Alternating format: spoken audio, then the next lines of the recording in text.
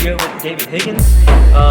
There's a buzz in the air, something's exciting happening. It's like you're back in New Zealand now.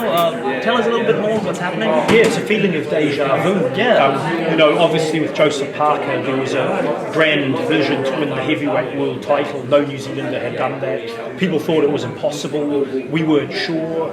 We set a course and we made a plan, and Joseph Parker got there. And about halfway along, people started believing that it could be done. Similarly, Jeff Horn, that journey to the welterweight world title, he beat Manny Pacquiao, a historic event at Suncorp Stadium. So there's that feeling of deja vu that we're at the beginning of this wonderful, magical journey with David Nyika to try and win the cruiserweight world title, a feat that no New Zealander's ever accomplished. And so it starts on September the 14th at Viaduct Event Centre, Auckland. David headlining a big card on DAZN globally.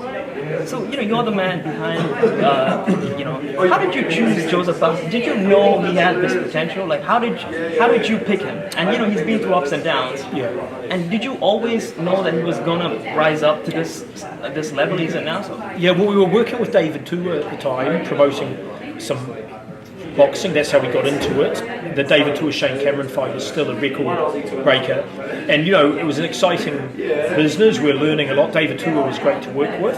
He was coming to the end of his career, and we thought, wouldn't it be exciting to find a young boxer we can work with long term, do it properly, invest heavily, put regular fights on, take a calculated risk, and try and win the heavyweight world title. And it just so happened that Joseph Parker kind of bombed out of the Olympics and Commonwealth Games at the same time, and he was probably wondering what to do. He said he was thinking of becoming a builder, and so we were looking for the young talent.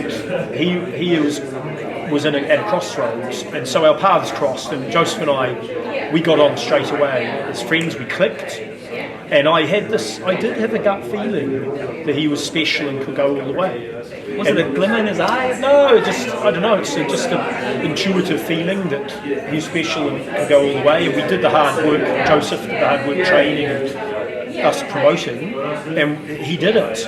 And now he's at the top of his game. He's number 1 or 2 or 3 in the world, interim WBO champion, and now he gets to give something back to boxing by helping David Nyika, the next taxi on the rank for New Zealand. Think about it, trust your gut. I mean, for you it actually applies. Like, your gut is on all this. Yeah, on that your gut instinct. Yeah, so we think David Nyika's got all the attributes to become a cruiserweight world champion. So you see the same thing? Yeah, and now there's a structure in place, good people around him.